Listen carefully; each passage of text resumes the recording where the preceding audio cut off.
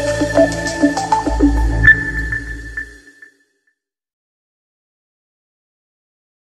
Everyone, आज हम लोग पढ़ने वाले हैं लूप। लूप का मतलब होता है किसी भी चीज को बार बार रिपीट करना। अगर लूप को आप और असल जिंदगी में समझना चाहते हैं तो मैंने एक लूप पे बड़ी ही सिंपल और रियल लाइफ पे बेस्ड एक वीडियो बना रखी है कि लूप क्या है। लूप ऐसे नहीं पढ़ा होगा करके मैं डिस्क्रिप्शन में दे दूंगा, इस वीडियो को आप देख लीजिएगा, ठीक है। तो लूप का काम होता है किसी भी चीज़ को रिपीट करना। जैसे आप रोज़ सुबह उठते हो, कॉलेज जाते हो, पढ़ते हो, जाते हो, रोज़ सुबह उठते हो, कॉलेज जाते हो, पढ़ते हो, जाते हो, लूप है। पंखे का चलना एक लूप है। तो मतलब किसी भी रिपीटेटिव प्रोसेस को जो परफॉर्म करने की बात आती है उसको हम लोग बोलते हैं लूप। अब आइए लूप को और डीप में हम लोग देखते हैं। अगर हम लोग लूप को समझें तो लूप को ब्रॉडली आप दो कैटेगरीज में डिवाइड कर सकते हो। लूप की जो पहली कैटेगरी है उसको बोलते हैं एंट्री कंट्रोल लूप। क्या बोलते हैं?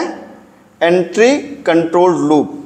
एंट्री कंट्रोल का मतलब होता है किसी भी, जैसे ये है आपका एंट्री कंट्रोल। एंट्री कंट्रोल का मतलब होता है कि ये कंडीशन पहले चेक करेगा और फिर काम बाद में करेगा। अगर कंडीशन सेटिस्फाई होगी तभी काम करेगा। और दूसरी कैटेगरी ऑफ लूप होती है exit control loop. Exit control loop का मतलब क्या होता है? ये एक बार चलेगा ही चलेगा, चाहे कंडीशन सेटिस्फाई हो चाहे ना हो। इसको मैं रियल लाइफ एग्जांपल से आपको समझाता हूँ। जैसे मान लीजिए कि आप एक चाट की दुकान पे जा रहे हैं, आपको चाट खाना है। तो चाट वाले ने कहा भैया पहले पैसा जमा कर दो और फिर आप एक टोकन ले लो, फिर उसके हिसाब से आपको चाट मिलेगा। तो पहले ही उसने पैसा आपसे जमा करवा लिया, तो ये है एंट्री कंट्रोल लूप। अगर हम लोग दूसरे सीन की तरफ समझें तो जैसे मान लीजिए चाट वाले ने कहा भैया पहले चाट खा लो फिर पैसा बाद में देना, तो ये है एग्जिट कंट्रोल लूप। तो एंट्री कंट्रोल में आप देख सकते हैं कि आपने अगर पैसे नहीं दिया तो आप चाट को खा नहीं सकते, लेकिन एग्जिट कंट्रोल में आप देख लीजिए कि एक बार तो आपने चाट खा ही लिया, चाहे पैसे दें चाहे ना दें, ठीक है। तो एंट्री कंट्रोल लूप के जो दो चीज़ों जिस पे इम्प्लीमेंट होते हैं, पहला है आपका फॉर लूप और दूसरा है आपका व्हाइल लूप। तो फॉर लूप और व्हाइल लूप ये दोनों कैसे हैं? एंट्री कंट्रोल मतलब ये दोनों पहले कंडीशन चेक करते हैं, और डू व्हाइल है एक exit control loop. Do while है एक exit control loop. Exit control का मतलब कि ये कंडीशन बाद में चेक करता है, पहले चेक नहीं करता है, ठीक है। तो अब मैं यहाँ पे हम लोग बात करने वाले हैं, ये चूंकि ये बड़ा टॉपिक है तो मैं फॉर व्हाइल डू व्हाइल सबको अलग अलग वीडियो में बताऊंगा। तो अभी मैं स्टार्ट करने जा रहा हूँ फॉर लूप। तो अगर आप बात करते हैं फॉर लूप की, तो फॉर लूप में सबसे पहले लिखा जाता है फॉर, फिर ब्रैकेट, फिर इनिशियलाइजेशन। इनिशियलाइजेशन को आप समझ सकते हैं। इनिशियलाइजेशन का मतलब होता है कहाँ से, मतलब प्रोसेस को कहाँ से स्टार्ट करना है, from where you want to start. फिर दूसरे पार्ट में ये कहता है टेस्ट कंडीशन। टेस्ट कंडीशन का मतलब होता है कहाँ तक।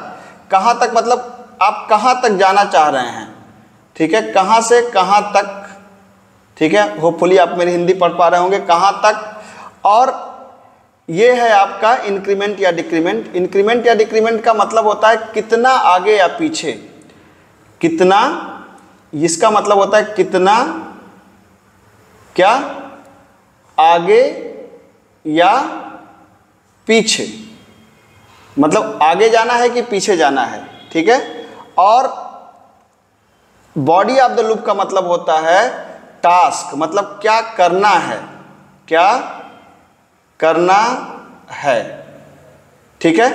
अब ध्यान से देखिए इसको आप, मैंने इसको समझाया आपको कि लूप कहता है कि कहाँ से चलना है। तो कहाँ से सबसे पहले आता है यहाँ पर, फिर कहाँ तक, यहाँ से नंबर 1 आया यहाँ पर, फिर यहाँ से कहाँ जाएगा, इस जगह पर कहाँ तक, ठीक है।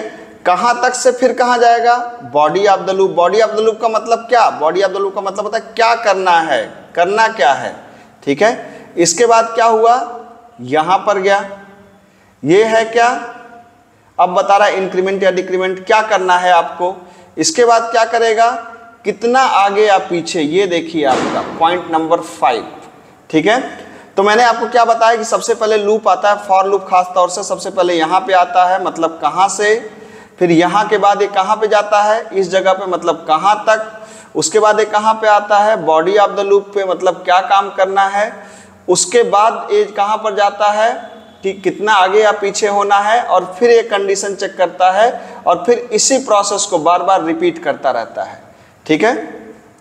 तो आप देख सकते हैं यहाँ पर कि फॉर लूप ने क्या किया, पहले उसने चेक किया इनिशियलाइजेशन, पहले इसने इनिशियलाइजेशन, अब पहले यहाँ से तुरंत जंप करेगा कहाँ पर, कंडीशन के पास। कंडीशन अगर ट्रू है फॉल्स है तो बात यहीं खत्म हो गई। कंडीशन अगर ट्रू है तो यहाँ पे आएगा, अगर ट्रू नहीं है तो यहीं से लूप खत्म हो जाएगी। ट्रू है तो यहाँ पे आएगा, जो भी काम आपने असाइन किया उस काम को करेगा। उस काम को करने के बाद क्या करेगा, आगे या पीछे जाएगा। आगे या पीछे होने के बाद फिर वो कंडीशन चेक करेगा, ठीक है, और फिर ये लूप लगातार चलता रहेगा। अब इस चीज़ को समझने के लिए मान लीजिए कि हमने कहा write a program for printing 1 to 10, 1 से 10 तक प्रिंट करने का आपको प्रोग्राम बनाना है, ठीक है। तो 1 से 10 तक अगर आपको प्रिंट करना है तो ये हेडर फाइल तो आप लिखेंगे ही प्रोग्राम के अंदर, हैश इंक्लूड आप stdio.h, ये मैं मान के चल रहा हूँ कि आप लिखेंगे। फिर आपने कहा int main, ठीक है। अब सबसे पहले हम ये समझते हैं कि लूप की यहाँ ज़रूरत क्या पड़ी। अगर लूप के बिना भी तो काम चल सकता था, तो अगर लूप के बिना हम इस प्रोग्राम को करते तो हम क्या करते। अगर मान लीजिए मैं लूप के बिना इस प्रोग्राम को करना चाह रहा हूँ तो मैं क्या करूँगा, फिर मुझे ऐसे प्रिंट करना पड़ेगा, प्रिंट f1/n, फिर printf2/n, ऐसे कहाँ तक जाएगा, printf10/n। तो क्या आप ऐसा करना चाहते हैं, क्या एक सही तरीका है? इसका मतलब अगर 100 तक प्रिंट करना होगा तब तो आपको इसको 100 बार लिखना पड़ेगा ना, ठीक है। तो ये चीज़ बार बार ना करनी पड़े, इसके लिए हम लोग क्या कर सकते हैं, इसके लिए हम लोग चला सकते हैं लूप। कैसे? लूप चलाने के लिए एक वेरिएबल की ज़रूरत पड़ती है, जैसे आपने कहा फॉर int, ठीक है। अब आप यूज कर सकते हैं फॉर के अंदर आप आई इनिशियलाइजेशन, मतलब कहाँ से मतलब बात कहाँ से चालू करो, 1 से, ठीक है। कहाँ तक जाना है, फिर सेमीकोलन लगता है यहाँ पे, फिर कहाँ तक जाना है, i less or equal than 10, जब तक i की वैल्यू 10 से कम या बराबर ना हो। फिर करना क्या है, प्रिंट करना है क्या, %d/n कामा i की वैल्यू। फिर क्या करना है, i++ की एक आगे बढ़ जाओ, बस हो गया आपका। यहाँ कर्ली ब्रैकेट बंद कर दीजिए। तो i की वैल्यू कितनी, अब देखिए ध्यान से कैसे काम करेगा। अगर मैं इसको ध्यान से समझूं तो i की वैल्यू कितनी है, 1। कहाँ तक जाएगा, 10 तक। क्या i छोटा है 10 से? अब यहाँ पे आप देख के बताओ कि क्या i छोटा है 10 से? सही बात है, छोटा है 10 से। तो क्या करो, i को प्रिंट करो, मतलब 1 को प्रिंट करो। वहाँ से कहाँ गया, i हुआ 2। क्या 2 छोटा है 10 से? सही बात है, 2 प्रिंट करो। फिर 3 छोटा है 10 से, प्रिंट करो। ये कहाँ तक चलेगा, 10 तक चलेगा और फाइनली प्रिंट कर देगा। अंतिम में आप अपने प्रोग्राम को यहाँ पर बंद कर दीजिए, रिटर्न 0, और ये प्रोग्राम आपका बंद हो गया।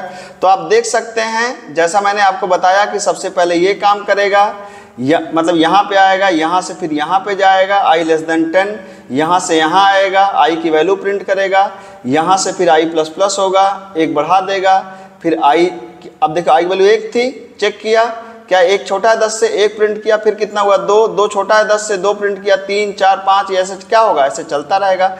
अगर आप इसको करके देखना चाहते हैं तो आइए हम लोग इसको करके देख भी लेते हैं। आप देखिए यहाँ पर आपने कहा int i, आपने कहा for i = 1, i lesser equal than 10, i++, और आप देख सकते हैं कि यहाँ पर आपने कहा printf %d/n कामा i की वैल्यू। ये देखिए, तो मैंने वही काम किया है। अब आप इसको रन करा दीजिए, 1 से 10 तक प्रिंट हो गया। तो आई बिलीव कि आपको लूप की बेसिक समझ हो गई होगी। लूप के कई प्रोग्राम्स मैं थोड़ा सा रिपीटेटिव मैनर में बनाऊंगा, अलग अलग तरीके से, क्योंकि एक ही वीडियो में सारे कवर करना संभव नहीं है, वीडियो बहुत बड़ी हो जाएगी। तो अभी के लिए मैं यहीं पे इस वीडियो को रोकता हूँ। इसके बाद वाले वीडियो में कुछ इंपॉर्टेंट क्वेश्चंस की हम लोग बात करेंगे जो लूप पे पूछे जाते हैं। Thank you so much.